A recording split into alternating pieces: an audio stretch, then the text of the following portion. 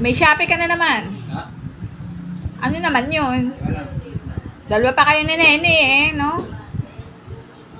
Ang galing? Shopee! Ano na ma-order mo? Ay, yung ano. Ayun, no?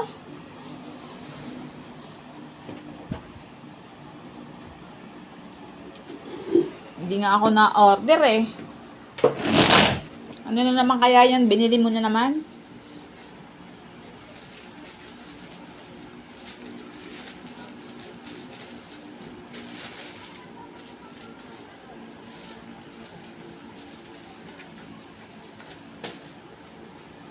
Oh.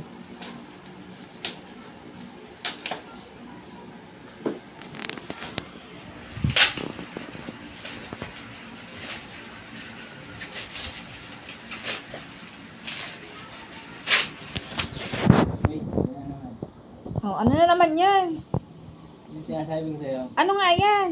yung kukumpletehin ko yan. Yung bako, Magkano naman yan? yun pa rin. O, saan bayad niyan?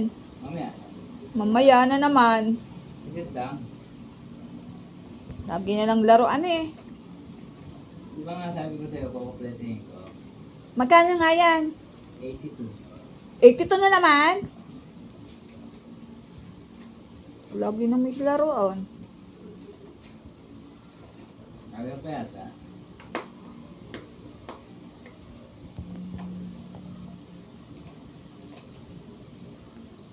Saan mo naman ilalagay yan?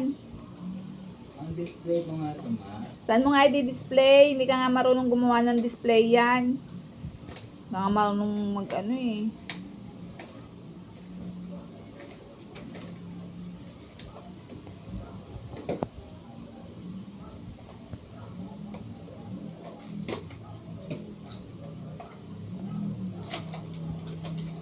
Dalawa kaya yan sa'yo na yan? Ayun pa oh, isa. Oo. Sus, kaliit. Tawarin. Tawar. Hindi pa makakahukay ng ano mo eh. Ng lupa mo sa kuko eh. Ano pa yan? Ano, dala-dala mo? Bago. Hindi, yung ano ko, unang binili ko yan.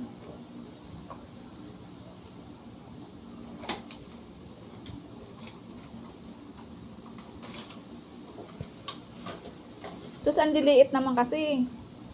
Dapat malaki-laki. Sus, Mario Josep.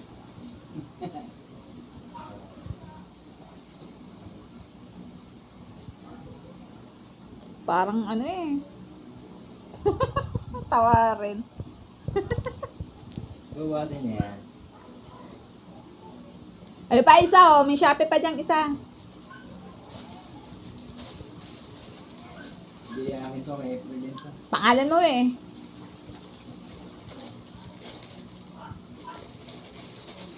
Ito, yung panyo.